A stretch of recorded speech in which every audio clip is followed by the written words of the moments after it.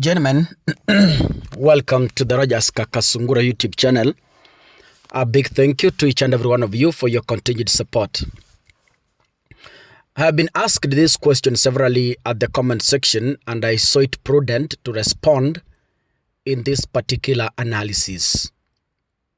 Someone asked me, Kaka, if William Ruto refuses to reconstitute the IEBC within the stipulated timelines, what is going to happen?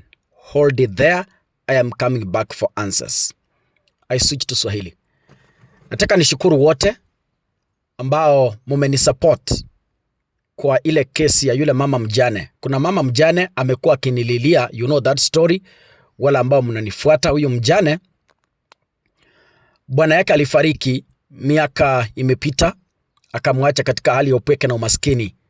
Huyu mama amejaribu kufanya vibarua hapa na pale, akamnunua ng'ombe wa shilingi 40,000. Huyo ng'ombe amezaa, akakamuliwa wiki 2, halafu siku moja huyu mjane anapoamka asubuhi kwenda kukamua, akiwa na container, akampata ng'ombe amelala chini, kumwangalia amekatwa nyuma, nyama za ndani, the intestines zote zimetolewa. So this mama has been crying to me. Akaniambia, kaka, mimi kitu ninataka tafadhali, ng'ombe wangu arudi. Yani in other words, tumsupport kununua ng'ombe mwingine. For those of you who have grew in poor families, you understand sometimes a cow is life, especially ng'ombe anayekamuliwa ni maisha ya watoto, ni maisha ya familia. Killing a cow is like killing someone. Is like finishing someone's family. Tumechanga, tumefika 30,000 Kenyan shillings. 31,000 Kenyan shillings. So I am appealing, tumebakisha 9,000 tufike 40,000 the target. Ninaomba tu kwa moyo wa upendo, hiyo balance munisaidie. Already nimeongea na yeye. We want to look for a good cow and see if there is a way it can be secured kwa kutengenezewa nyumba. Lakini ng'ombe hata ukimtengenezea nyumba, mhalifu akiamua, ameamua. Ni ile tu tutaomba Mungu and we leave it to God ailinde. So a balance of 9,000, you can send 1,000, you can send 2,000, you can send 9,000, the whole of it.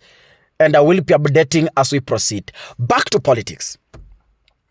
You've been asking me that what happens if William Ruto refuses to reconstitute the IEBC within the stipulated timelines.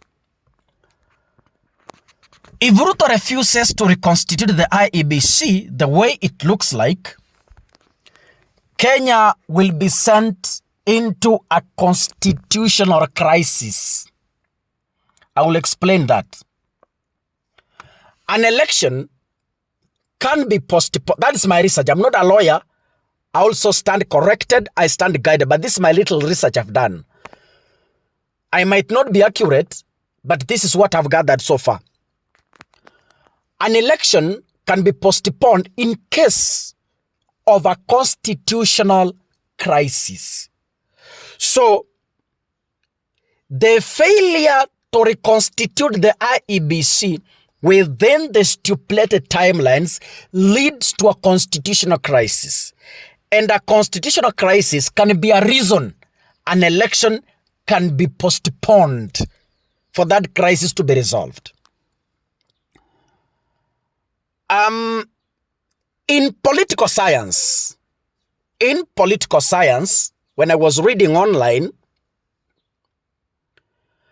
a constitutional crisis can be defined as a problem or conflict in the functions of a government that the political constitution or other fundamental governing law is perceived to be unable to resolve. Umeelewa hiyo kizungu? Now, Let me give you an example. One also describes a constitutional crisis as a crisis that arises out of failure. Mark that word, failure. Out of failure, or at least a strong risk of failure of a constitution to perform its central functions. Now, William Ruto is intentionally failing to reconstitute the IEBC so that he can intentionally create a constitutional crisis that originates from failure to act. Hello? If that happens, then an election can be postponed.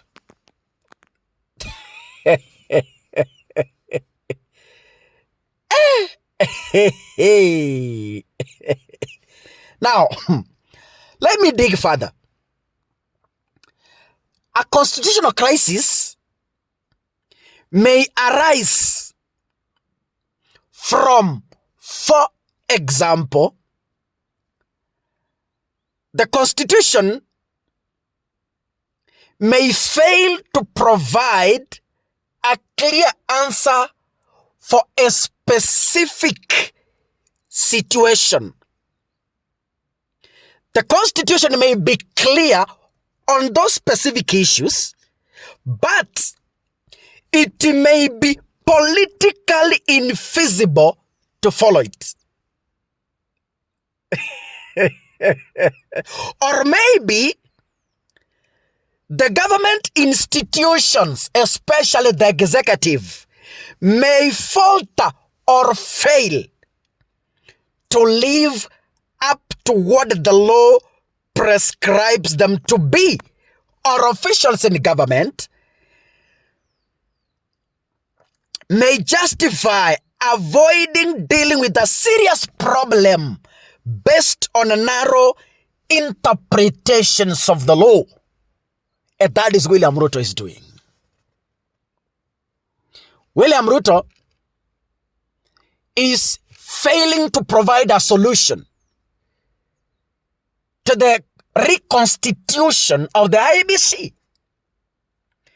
And if Ruto fails to do so, he has failed and hence created a constitutional crisis. There will be no an election without IEBC commissioners. Period. It's that simple. So what will happen?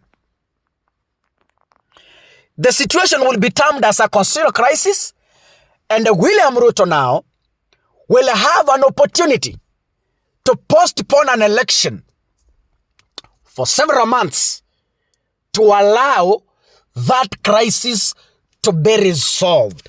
I hope now you understand. Those of you have been asking me, Kaka, what will happen? I hope you now understand clearly. This is William Ruto's strategy. Amepanga vizuri. He knows what to do. He has planned everything. As I always tell you, Ruto sees the end of something before you see the beginning. So that is the issue. Even if you shout, even if you do, that could be the strategy for this man to increase a term limit. When a presidential election is postponed, the presidential term limit automatically postpones itself because there is no an election. When there is no an election, the incumbent president continues to serve in office until a fresh election has been held. I hope you understand. I hope you know. I hope I've helped you. I hope I'm teaching you. God bless you. See you in the next episode. Asante.